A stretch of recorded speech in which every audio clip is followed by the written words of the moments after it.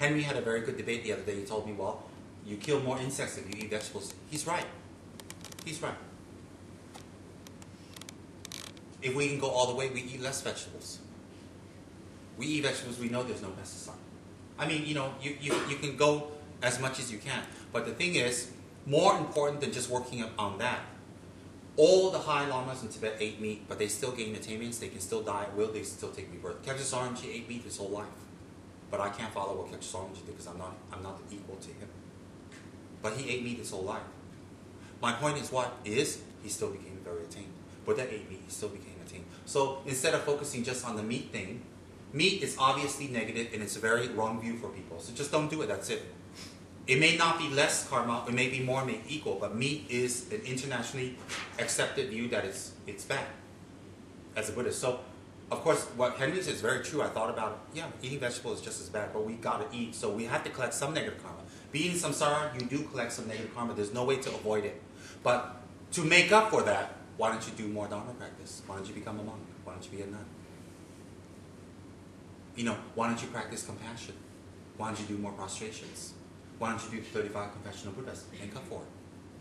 So, in karma, in samsara, it's inevitable. Even you don't want to, you have to collect negative karma. Do you know why? It's like being born in a ghetto. Inevitably, you're going to be sucked into the crime and the difficulties and all the bad language and what's going on there because you're born there. How can you be born as a pig and not be a pig? So if you're born as a human in the human realm, inevitably you have to collect negative karma because you're born from negative karma. You understand? You are fundamentally born from negative karma, and the good things that happen is the good merits that spring up to give you a chance to release yourself. But fundamentally it's from negative karma. Taking rebirth without control is from desire. So there's no way to avoid eating animals or killing animals, you know, but we make it less. So Henry is very good with that debate. I like it. It's very good. I like very much. It made me think more. So I thought, well, we have to make it up. So therefore, just teaching here is not the name of the game for liaisons or anyone. Heads of departments. When you're going outside, not being bitchy. The way you walk, the way you move, the way you present yourself is a Dharma teaching. Is a body Dharma teaching. Hence we have purification of the body. People say, I don't kill, I don't collect negative karma. No. If you walk around arrogantly and you have ugly, evil eyes at people all the time, that's negative karma using your body. You give a lot of people evils, you'll be born in brickfields in your next life. I mean, come on. You can collect all types of negative body karma. It doesn't have to just be bubbly and killing people and stealing. There's so many subtle variations of our body. We walk around with all pride, we think we're somebody, and we put everybody down, and we wave our hair, we wave our toupee. Here and there we think we're great, we give people evils, and we're bitchy. That's negative karma all the way.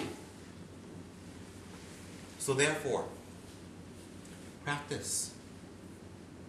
Practicing Dharma and gaining attainments. And you teach. The effect is huge. All the great lamas have said that. Jamgon Lama Tsongkhapa Chenpo has said that. The great Pabongpa Dorje Chang in his Lamrin La Chang, liberation, the door, liberation in the palm of your hand has said that. There is no doubt. And if you read any of the great Indian treaties, such as Nagarjuna or Chandrakirti or Shantideva, they all mention the same thing. Hence, stop labeling yourself as I'm a layman, so I have to do that. Look, you can be a layman, but you can become more monthly as a layman. You can be more nun-like. So you don't have to give up everything as a layman, but don't use the layman as an excuse to be more of a layman. Don't use that as an excuse. And people use that because they're covering their attachments and desires. Go all the way with Dharma. Become a bodhisattva teacher. Become a bodhisattva-like teacher, whether you're lay or ordained. Every action of your body, speech, and mind should be a method to conquer the other person's mind or plant a seed. And hence, Vajrayani's practice will be so beautiful for all of us. Because when you receive the Vajrayani practice, and you do,